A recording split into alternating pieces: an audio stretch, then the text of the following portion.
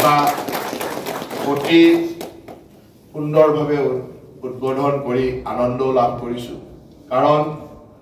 আমাৰ মাননীয় মুখ্যমন্ত্ৰী ডক্টৰ হিমন্ত বিশ্ব শৰ্মা ডাঙৰীয়াৰ এটা ডাঙৰ লক্ষ্য হ'ল যে অসমখন স্বাস্থ্য ক্ষেত্ৰখনত যথেষ্ট আগবাঢ়িব লাগে স্বাস্থ্যমন্ত্ৰী থকাৰ পৰাই তেখেতে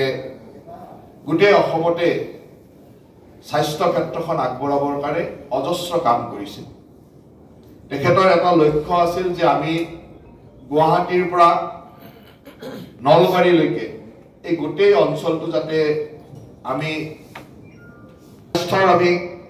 হাব হিচাপে কৰিব পাৰোঁ মেডিকেল হাব হিচাপে কৰিব পাৰোঁ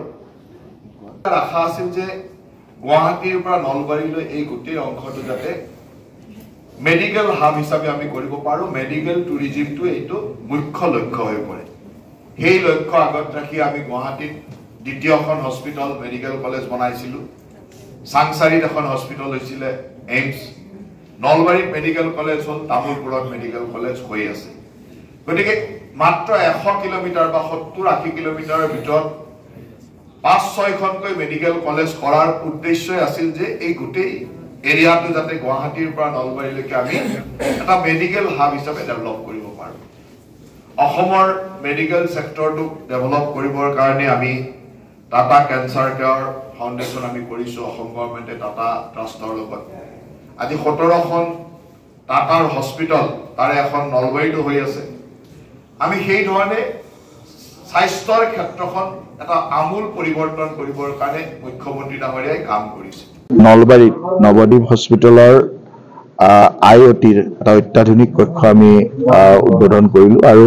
মই নিজে আহি হস্পিটেলখন পৰ্যবেক্ষণ কৰি অত্যন্ত আনন্দ অনুভৱ কৰিছোঁ যে নলবাৰীৰ ব্যক্তিগত খণ্ডত এনেকুৱা ধৰণৰ হস্পিটেলৰ প্ৰয়োজন আছিল আৰু নলবাৰী লাহে লাহে চিকিৎসাৰ ক্ষেত্ৰখনত চাৰিও দিশত আগবাঢ়ি গৈছে আমাৰ মেডিকেল কলেজখনৰ উপৰিও টাটাৰ কেঞ্চাৰ কেয়াৰ হস্পিটেল হৈ আছে তাৰ লগে লগে ব্যক্তিগত খণ্ডতো আমাৰ যিখিনি অভাৱ চৰকাৰী খণ্ডই পূৰণ কৰিব নোৱাৰে তেনেকুৱা অভাৱখিনি পূৰণ কৰিবলৈ ব্যক্তিগত খণ্ডই ইয়াত যথেষ্ট সুন্দৰভাৱে কাম কৰি আছে সেইকাৰণে মই ইয়ালৈ আহি সকলোকে শুভেচ্ছাও দিলোঁ আৰু সঁচাকৈ এই হস্পিটেলখনে নতুনকৈ 15টা ICU OT বা IoT স্পেচিয়েল IoT এই ধৰণৰ কামখিনিয়ে নিশ্চয়কৈ নলবাৰীবাসীক সহায় কৰিব গুৱাহাটীৰ পৰা নলবাৰীলৈ এই অঞ্চল এই অঞ্চলটো আমাৰ স্বাস্থ্যৰ মেডিকেল টুৰিজিমৰ হাব হ'ব পাৰে কাৰণ ইয়াত কেইবাখনো মেডিকেল কলেজ হৈছে গুৱাহাটীত 2খন মেডিকেল কলেজ এইমছখন আছে তাৰ লগত নলবাৰী আছে তামুলপুৰ আছে গতিকে প্ৰায় 100 কিলোমিটাৰৰ ভিতৰত 5-6খনকৈ মেডিকেল কলেজ আছে এই ধৰণে আমি